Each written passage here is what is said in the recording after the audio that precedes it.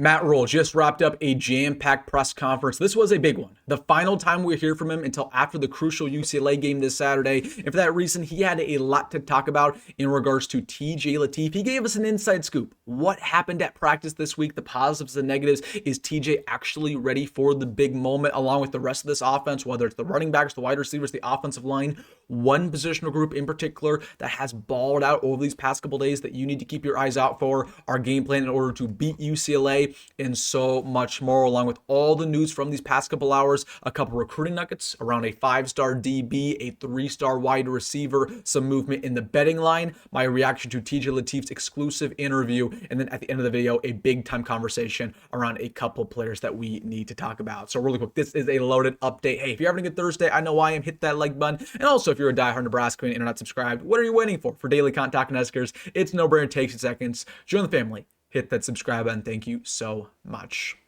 But without further ado, we have a lot to talk about. Let's get things started with Matt Rhule's press conference because he had a lot to discuss, and then we'll get to all the news from today. But right off the bat, Matt Rhule talked about the elephant in the room, TJ Lateef, not only what we can expect versus UCLA, but also he gave us a peek behind the curtain. How TJ performed this week in practice, whether or not he's actually ready to go. Now, the mindset to TJ Lateef has been different from the mindset that we took with Jeff Sims or Dylan Raiola. At times, and Matt Rhule admitted this himself, he's been too conservative with his quarterbacks. He said, don't do this, don't do that. The mindset with TJ has been just let it rip. Go out there, do whatever it takes to win. Okay, don't be focused on all the negatives. Don't be focused about not making this throw, or don't be focused about potentially throwing an interception. Just do whatever it takes to win. They're taking off their guardrails. They're taking off the leash. We're going to completely allow TJ to do whatever he wants, for better or worse, and we're going to live with the results. And I love that mindset because too many times in the past, especially with Matt Rhule, but with any coach with Nebraska, we've been way too conservative on offense. Even these last couple of games, we've been conservative with Dylan Raiola. They're saying, you know what? We're not doing that anymore. Okay, we're playing with the backup quarterback. We're playing with house money. We've already made a bowl game. We're not going to make the College 12 playoffs. It really doesn't even matter if we win out or we lose out. We're going to do whatever it takes to win. And for that reason, we're going all in. We're going to be super aggressive with TJ Lateef. And for that reason, Eric Crouch was actually at practice today, and he had the exact same mindset. He talked with TJ and he said, you know what, TJ? Let it rip. Just play ball. Just play ball. It's nothing bigger than that. Okay, it's not bigger than the storylines, the speculation, the internet. Go out there and ball, focus on yourself, and live with the results, and maybe you could be our starting quarterback in 2026. So talked a little bit about TJ's mindset. He said TJ's ready to play, man. That TJ, he has such an infectious personality where he's not as big of a leader as Dylan is. Again, he's only 18 years old. He's only a freshman, right? But what's awesome about TJ is that he's super humble. Okay, he's a little bit quiet at times, but he's so confident in himself. And that's, that stems back to, him in high school, right? And I was having conversation with people that are close to TJ. TJ's a born winner, and he's a quiet winner. He's somebody who leads by example, but he's always ready to go. And TJ knew his time would come. He knew that maybe there would be an injury. He knew that maybe he would be our starter in 2026. So he's always been preparing for this moment, and he's not going to shy away from it. If anything, he's going to live above all these expectations because he's going back home in his first ever start. Talking about, obviously what he's done in practice this week, again, he's been giving the defense a lot of trouble. So we've heard those murmurs. We heard that from John Butler. I've heard stuff from credible source that TJ's had a really, really good week of practice, that he's impressing. Dane Key's impressing these receivers. I mean, there's a reason why, when they were interviewing all the players on Tuesday, all the players were saying glowing stuff about TJ. It's not because, they feel bad for TJ. It's because TJ's been that good. And they knew TJ was going to start at some point, whether it was at later down the line this year, whether it was in 2026, 2027, they knew TJ would be a starter here. I don't think a lot of them thought it'd be this early because Dylan was our guy, but they're excited to see what TJ can do because, again, he's that good in practice. And we've talked about this in the past. When the fans have seen TJ in practice, when they had that open practice in August, when they had the spring game, TJ looked the part. He looked really good. And there were some people who went away from that practice in fall ball, the first week of fall practice, and they saw TJ and they saw Dylan and they said, wow, TJ actually looks better. Now, I'm not saying that's true, but again, there's a lot of confidence in practice that TJ has been really, really playing well and that he's ready to go. As for the offense, we're not going to dumb it down at all. At least that's what Matt Rhule says. Again, there's going to be checks, there's going to be progressions, there's going to be audibles. It's the full offense, right? They're not going to dumb it down, right? TJ knows pretty much the entire playbook. They're going to win. So I'm excited to see what he can do. Again, I'm still a little bit concerned that the training wheels are going to be on just because honestly, the training wheels were on Dylan Raiola a little bit, right? That was the same thing. Like Dylan had the training wheels on as a true freshman, even, going into Big Ten play. Like they didn't have the full playbook unlocked until this year for Dylan. So I'm worried they're going to put TG on playing on a leash like they did versus USC. Actions speak louder than words. And yes, they're saying they're going to unleash him. They're saying that there's going to be no guardrails. I got to see it to believe it, but that's the best chance for us to win, is say, you know what, we're going to do whatever it takes to win. And the way we do that is by saying, you know what, TJ, you can do whatever you want. There's going to be no leash. There's going to be no guardrails. You might throw an interception. You're a true freshman. That's what's going to happen. But we can trust his ability more than his mistakes. We know that the pros are going to be higher than the cons, and hopefully they live up to their word, and we actually can see TJ for what he's worth. So again, I'm incredibly excited about Saturday. Again, it's something new. It's something new. I know I've got a lot of flack for I'm so happy. I'm super excited about TJ starting. I've got a lot of flack from that. They're saying, oh, Wilson, you're hating on Dylan. Why are you so excited about TJ? You must have not liked Dylan. Like, that's not the case. Well, this is a big Dylan fan club. I have been on Dylan's side for 2 years now. There would be people in my comment section every week who say, bench Dylan. I'm saying, no, that's not the case. Dylan's been a fine quarterback. He hasn't been elite. I'll be the first to tell you that. But Dylan's been fine. But the reason why I'm excited for TJ is because, I think there's this bad perception that our offense has been really good over these past couple weeks. Our offense has been awful. We haven't been able to move the football against the worst of defenses. We really struggled moving the football versus Michigan State, Maryland, Northwestern, with Dylan at quarterback. We have no vertical passing game whatsoever. So I don't really understand the perception from people who say, well, TJ's going to make it so much worse. It's already about as bad as it gets. Our offense is being carried by Emmett Johnson. So I don't think TJ's going to make this offense any worse. Dylan was really not helping this offense out too much. Like, again, Dylan was fine. He was fine. Like, I'm not saying Dylan was a bad quarterback. He was fine. But again, I don't see a world where Nebraska's offense is going to go one of the worst in America with TJ coming in. I think TJ could elevate it really with his running ability and with his, I think he can make plays off script at a very high level. So again, I'm excited. Am I saying TJ's going to outplay Dylan? I have no idea what to expect. And I told you guys this yesterday in my live stream. I don't even think the coaching staff knows what to expect. That's why Matt Rhule is kind of hushed, he wasn't talking crazy in his press conference today because he doesn't know what to expect. We don't know, but hopefully they're going to give him an opportunity to succeed and get rid of the guardrails, get rid of the leash, and let's see what the kid can do. The kid from Compton going back home.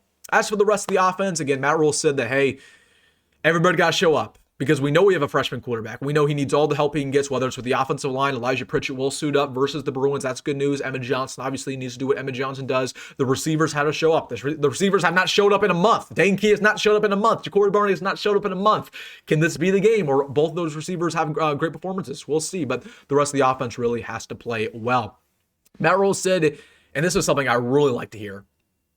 Matt Rhule said the best performing positional group all week long was the defensive line in practice. Wow. I was not expecting to hear that from Matt Rhule just because of the fact that our defensive line by far has been our worst positional group all year long. But he said, hey, the D-line's hungry. They're ready to go out there and produce. They understand they're not going up against the best offensive line in the world in UCLA. Statistically, they're one of the worst. So if there's any game that this D-line really eats, it's going to be versus the Bruins, but the D-line had a really good week practice. They said that they don't know when they're going to fly out to LA, that they're, the government shut down right now. They don't know when that's going to happen, if they're going to fly out tomorrow morning, tomorrow evening. They don't know. I mean, the flights have been really messed up and delayed due to all this. So that's kind of a concern when we're actually going to get into LA, and hopefully that doesn't impact the game plan at all.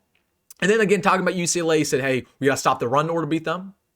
We're going to limit Nico Amalavia's abilities with his running ability, but also as one of the most talented arms of college football. We have to get off of the field on third down because, again, they have a great third down offense with their brand new offensive coordinator. And then we got to put up points of our own. If we can put up 30 points on them, we're going to win. We just will. Also, in the exact same grain, if we give up less than 20 points, because they don't have a good defense, the only way they win this football game is if they put up points on offense. If we can limit them to 20 points or less, I guarantee you victory. I really do. So that's going to be the biggest key, 20 points or less for Nebraska. Matt Rhule said just that. And then before we get to all the news from today, I thought Matt Rhule had a nice little segment at the end of the press conference. He talked about mental health a little bit, and obviously it's all bigger than football. Again, I like to hear that from him because I think sometimes, especially in the middle of the season, we don't really treat our coaches, sometimes even our players, like people. We treat them like, oh, you got to do this, you got to do that. We're so harsh on them. But I think Matt had a really good conversation about mental health and just always checking on people. Because again, it's a real thing. It really is. It really is a real thing, especially in this world, especially with men, right? You never know what men are dealing with because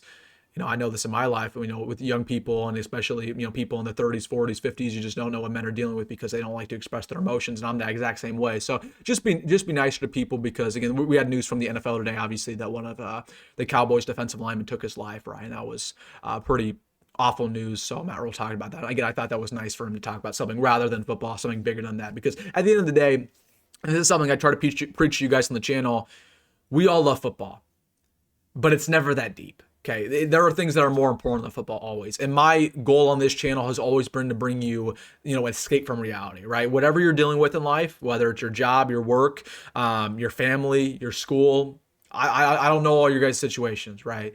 But what I try to do on the channel is I try to bring you guys an escape with something that we all mutually love, which is football. So that's my message to you guys. And I thought that was really nice that Matt Rhule talked about that. So I know a lot of times we always get up in arms about football takes. People will call me every name in the book, right? Because, I'm teacher, well, you don't like Dylan, or they'll say this, that. You'll say I'm a pessimist or whatever, or I'm too optimistic, right? But again, just be nicer to people, especially on the internet, right? Not to me. You don't have to be nice to me. I'm cool with it, right? I'm cool if you guys can throw shots at me, but just be nice to, people on any app you're on. But that's just me talking about something rather than football. I thought it was worthy of mentioning because, again, I thought that Matt Rhule did a really good job talking about it. So, all right, that was the press conference. Now let's get to all the news from today. Let's get to a couple recruiting nuggets. Nebraska just offered a 3-star wide receiver in the class of 26 who is currently committed to UConn. Now, the reason why I bring this up, we have 1 month until sign day. When Nebraska offers somebody this late in the process, they want to add them to the class. So Heinrich is somebody who's 5'11", 180. He also received an offer from West Virginia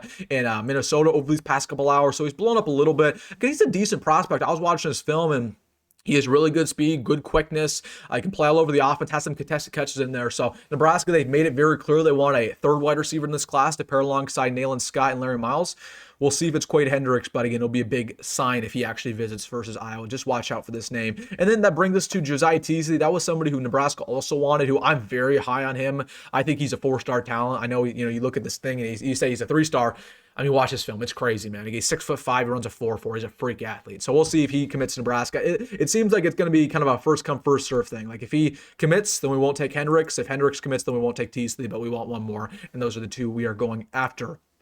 Again, we made the top 5 for Jude Johnson. We talked about that earlier in the week. I just thought I'd mention this because, again, he's a 5-star corner in the class 27, and Torrey Pittman retweeted this the other day, and Torrey said, "Go Big Red, let's build the secondary." So, again, Torrey's peer recruiting a little bit. But, again, I'm excited to see what the secondary can do. And, again, we'll talk about this next week, but Addison Williams has done such a good job recruiting, specifically the DBs. And that's somebody we have to worry about potentially leaving in the future because, again, he's been that good. He has experience being in D.C. in the past at Central Florida. Then TJ Lateef had an interview. We won't watch the interview. You guys can watch it on your own time. But TJ Lateef talked with Jessica Cootie with the Huskers. And again, and there's some about this guy. Again, he gives you the humble confidence that we talked about earlier. He's ready to go. He's ready to go for the big moment. He talked about how excited he is, that he's prepared. He's not only excited, he's prepared. He's ready to go. Okay, he's been working entirely this week, learning the playbook, going through his progressions. He's been, begging. Matt Rhule said that, TJ was begging him to get more reps over and over again, and because he wants to get more chances to prove himself before, of course, we play UCLA. So he's going to win, man, and let's see what he can do. Because I'm very excited to see TJ versus the Bruins. Again, the betting line has not moved. UCLA is still a 1.5 point favorite. Now, I tweeted this out. I don't condone betting. And you guys will see this in my prediction video tomorrow, but man, oh man, this one looks enticing to bet on Nebraska. Again, we have no idea to expect, so I don't want to sit here and say, put the house on the Huskers to win, but in UCLA, I just don't believe they're a great football team. I think it's going to be a close game. That's my spoiler. Tomorrow, of course, I'll release my prediction video, which will be at 9 o'clock Central in the morning, but I think it'll be a close game, but again, I don't know. I mean, UCLA's not that good. They don't have as much talent as we do. We'll see. But again, very, very interesting line. Again, we'll say I don't want to spoil my prediction. We'll have my prediction come out again 9 o'clock tomorrow morning. All right, quick conversation before we get out of here. Jamarion Parker, who again, I want to see this guy at some point this year because he's not ruled out for the season. He's had this lingering knee issue, so he hasn't practiced since the spring. But there is a lot of optimism within that building that maybe he could return by the Iowa game, by the Penn State game, at least by the bowl game. So I'll guarantee you right now, Jamarion Parker plays in the bowl game. I really want to see him play because that's somebody who's a former four-star coming out of St. Louis. He could be our running back one next year, but we need to have this guy get reps now, or else he might not be the guy. Similar to TJ, like in order to prove he's running back one, we got to see it now. We can't hear it in the offseason. It's better to see those live game reps, this season rather than here in Nuggets in July. Oh, this guy's balling out. Well, we got to see it with our own eyes. So hopefully Jamarion can play this year. And then talking about some guys who I really expect to ball out versus UCLA. Nyziah Hunter, man. He's been our best receiver this year. He's going back home to California. All the hype around TJ going home, all the hype around Cia Wright going home.